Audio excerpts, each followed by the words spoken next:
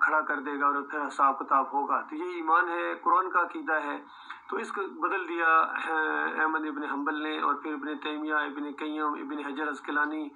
اور موجودہ جتنے مسالک پائے جاتے ہیں سب نے اسی کو لیا ہے قرآن کے مقابلے میں، قرآن کو پیچھے کر دیا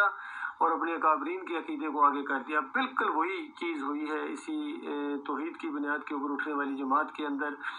اور ڈاکٹر عثمانی رحمۃ اللہ علیہ کی وفات کے تقریباً 30 سال بعد یہ معاملہ شروع ہو گیا، 30 سال بعد، 35 سال بعد تو کھل کے سامنے آ گیا حنیف صاحب، اور انہوں نے اس ایمان عقیدے کو بالکل بدلی کر کے رکھ دیا۔ یقین کیجئے جس شرک کی جڑیں کاٹ دی تھیں اللہ کے اس بندے نے، قرآن حدیث کے دلائل سے دروازے بند کر دیے تھے، ان دروازوں کو پھر کھولا ہے محمد حنیف نے، اور سجدہ تعظیمی کا شرک لا کے اور یہ کہنا کہ اللہ اس سے خوش ہو گیا، اللہ کی رضا ہے۔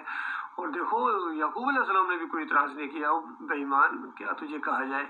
وہ کیسے اعتراض کرتے اللہ کے سجدے کے؟ وہ تو اللہ کو سجدہ کیا تھا انہوں نے، کس طرح کے الفاظ پیش کر کے لوگوں کو گمراہ کر دیا۔ اس سے پہلے عبداللہ کے اندر بھی یہ مضمون آیا تھا،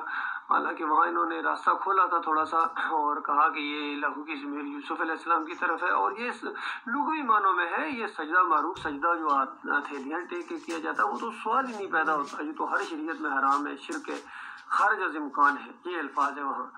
اور جو چیز وہاں خارج از امکان تھی آج ان کا عین ایمان بن گیا ہے، اور کس سہانے انداز سے، ظاہر بات ہے اللہ نے جو صلاحیت دی تھی لکھنے کی، بولنے کی، اس کو اللہ کی کتاب کے خلاف یہ استعمال کر رہے ہیں۔ یہ موقع ضرور ہے، یہ اللہ کی مشیت اس انداز سے تو ضرور ہے کہ اللہ نے تمہیں موقع دیا ہے، تمہیں ڈھیل دی ہے، لیکن یہ کہنا کہ اللہ کی رضا ہے اس کے اندر اور اللہ کا حکم ہے، یہ بالکل بات بہت بڑا جھوٹ ہے، بہت بڑا فریب ہے، اور یہ انہی کا حکم ہے، انہی کی رضا ہے، سمجھ لیجیے انہی کی رضا حاصل کرنے کے لوگ اسی سجدے کو ثابت کر رہے ہیں، جس طرح ہر دفاع کرنے والا اپنے امیر کا دفاع کرتا ہے اور ان کو ان کی وکالت کرتا ہے۔ بہرحال یہ موقع ہے، کل قیامت کے دن یہ بہت برے پھنس جائیں گے، اور دنیا میں بھی یقین کیجیے یہ آپ مقابلہ نہیں کر سکتے ان مسلک پرستوں کا، کیونکہ وہ کہیں گے بھائی بتاؤ تم اپنا پہلے فیصلہ کرو اپنے گھر کا،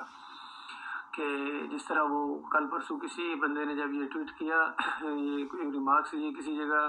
کہ کشمیر بنے گا پاکستان، تو ایک کشمیری نے آگے سے جواب دیا پہلے خود تو آزادی حاصل کر لو پھر ہماری بات کرنا۔ تو اسی طریقے سے یہ مسلک پرست ان کو کہیں گے پہلے اپنا تو فیصلہ کر لو، کیونکہ ڈاکٹر عثمانی رحمۃ اللہ علیہ کہتے ہیں کہ جس کا ایمان خراب ہوتا ہے وہ اس طرح تفسیر کرتا ہے کہ یوسف علیہ السلام کو سجدہ ہوا، تو ایمان ان کا چونکہ خراب تھا اس وجہ سے انہوں نے اسی طرح تفسیر کر دی۔ تو یہ تفسیر کھل کے سامنے آ گئی ہے لوگوں کے سامنے۔ تو جس طرح محمود الحسن کی تفسیر میں سے شرک کی نشاندہی کی جاتی ہے، تفہیم القرآن میں نشاندہی کی جاتی ہے، ڈاکٹر اسرار کے شرک کی نشاندہی کی جاتی ہے، طاہر القادری کے، طارق جمیل کے، تقی عثمانی کی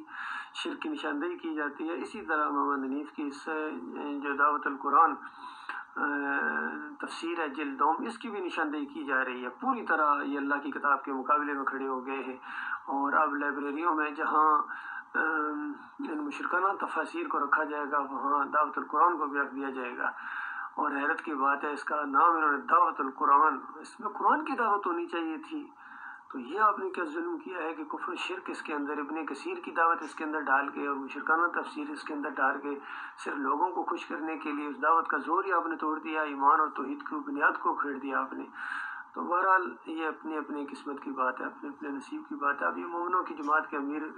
رہنے تو کیا ان کے مقتدی اور ایک عام رکن کی حیثیت بھی ان کی نہیں رہی ہے، کیونکہ شرک جس کے اندر آتا ہے وہ مومنوں کی جماعت سے، سبیل المومنین سے خود ہٹ جاتا ہے، اور پھر اللہ تعالیٰ جانے دیتا ہے جدھر وہ جانا چاہتا ہے، اور اس کے آگے مالک جہنم رکھتا ہے جو بری جگہ ہے، اس کے اندر ان کو جانا پڑے گا۔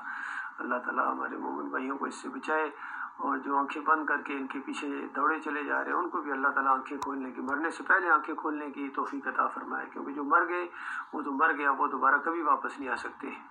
لیکن جو ابھی باقی ہے ان کے لیے موقع ہے۔ للہ غور کرو میرے بھائیو، ایمان کی طرف واپس لوٹو۔